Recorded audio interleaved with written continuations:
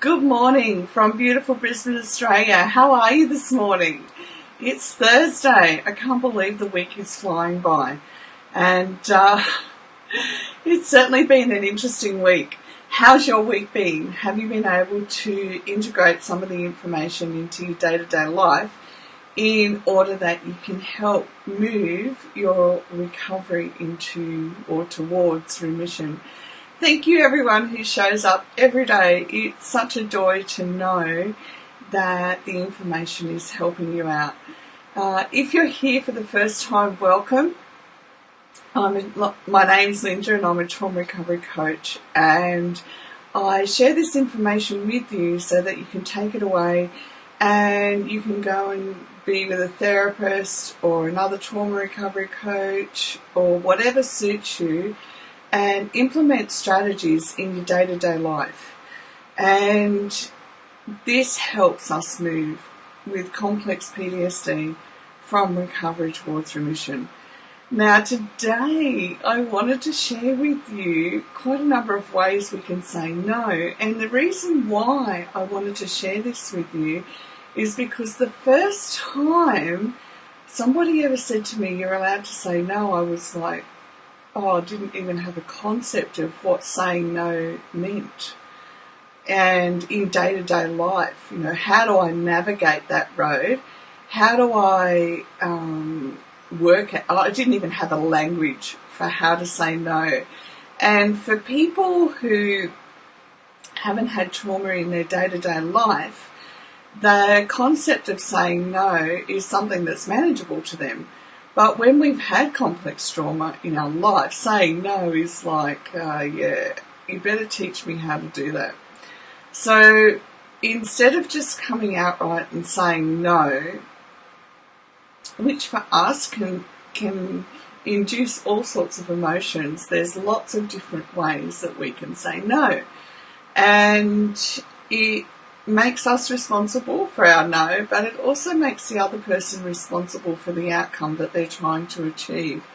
And that's where we have to be aware that when we've got codependence, we can quite easily not say no and give in to what the other person is asking us for. Every situation is different. Certainly as a parent, learning to say no is a very healthy thing to do. If our kids don't learn no from us, they'll certainly get a shock when they go out into the world and no happens. So we need to be calm, great negotiators in the beginning, I think, but eventually it becomes ingrained in us that we know when we can do something, when we can't do something, and how to move on from there. So the first way to say no without saying no is, "I'm sorry, I'm busy." So be realistic. Whether busy is that you need a rest because you've been running around with your mental health challenges and you are exhausted, "I'm busy." It sounds simple, but it's hard to do when we're used to not only needing to be needed, but when we're used to helping other people do everything, all right? Another way is, "Thanks for thinking of me. I really wish I could." And we do. We really wish we could. But at the moment, it's just not possible. Another way, "I'd love to, but I'm already committed." And we are. It's not just committed to living our best life, we are committed to what we've already said yes to. And we're allowed that, in that respect, we are allowed to say no. And honestly, it becomes very powerful when we understand that it's all right to have boundaries. So this will cross over into boundary work as well. Unfortunately, that's not something I can do at this time. So think of your physical body. Be real if you can or can't do it at this time. Say no thanks. How many of us have had a hard time simply saying no thanks? It's hard. Oh, trust me, it's hard. But as you practice, you begin to understand that simply saying no thanks, and you don't have to explain yourself. Oh my goodness, when I think of the days when I used to go, no thanks, and then launch into, 10-minute conversation as to why I couldn't do what I've been asked to do. I'm already booked, which quite often is the case, and actually it's been quite funny as I've moved through recovery. My friends have contacted me, can you do this? No, I'm sorry, I'm already booked. So it happens as we move through recovery into remission. It does happen that our life gets busier as well. Maybe next time, but mean it. If you say maybe next time, mean it, because the people will come back and ask you again. And one of the greatest ones of these, and with every sincere intention, not everybody's the same, is people who do multi-level marketing businesses. Be very clear about what you can and can't do. And it's okay to be honest about what you can and can't do.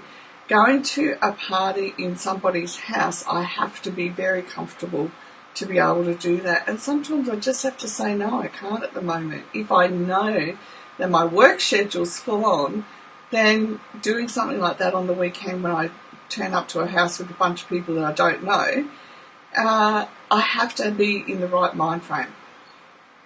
So we're allowed to say, I'm already booked. I'm already booked for a date with my washing machine half the time. No, I kid. I am joking. I wish I could, but I just can't. I don't think I'm the right person to help with that. And let our little perfectionist self go, yep, it's all right, somebody else can handle it. Do you know how hard that is to do in the beginning? It was very hard for me. And now I'm getting better at saying that. Sorry, I can't help you at this time. It's true. Sometimes we can't. And our big challenge is when we're used to being the one who solves all the problems, it's really important that we say this sort of thing to our growing kids, especially as teenagers, because they've got to learn to think for themselves. Sounds fun, but I'm not available. And our last one, that's not going to work for me. And I use a variation of this with my kids, but I let them know that doesn't work for me. Okay? Yeah, that's right, Dana. It's very, very hard to say these things, but it is so crucial to our recovery to remission. And in our childhood, we weren't allowed to say no. If you grew up in the same era as I did, saying no just wasn't on. It was, you do as you're told, and no correspondence will be entered into. There'll be no discussion. There'll be, a whole shooting match. It was just do as you're told. That's it. Full stop. And the world certainly changed since then, which is good. But we also need to be equipped. Excuse me. I apologise profusely. Big day yesterday mentally. So, take one and just keep practicing it. Take one way to say no and just make it a way that you can start to feel comfortable with it, because your boundaries are important for your health. Your boundaries are important so that your children learn what boundaries are too. Otherwise, they grow up either breaking everyone's boundaries or everyone breaking their boundaries too. And it's very, very unhealthy mentally and emotionally to have our kids doing it as well. Here's to breaking the generations that have gone on this way, in an unhealthy way.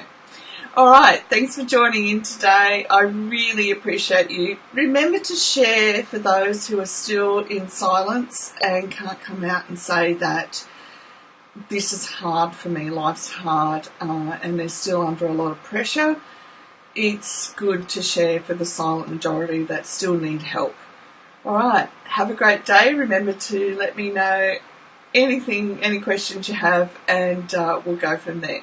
I'll see you again tomorrow, which, believe it or not, is our Friday broadcast, last one for the week. Bye for now.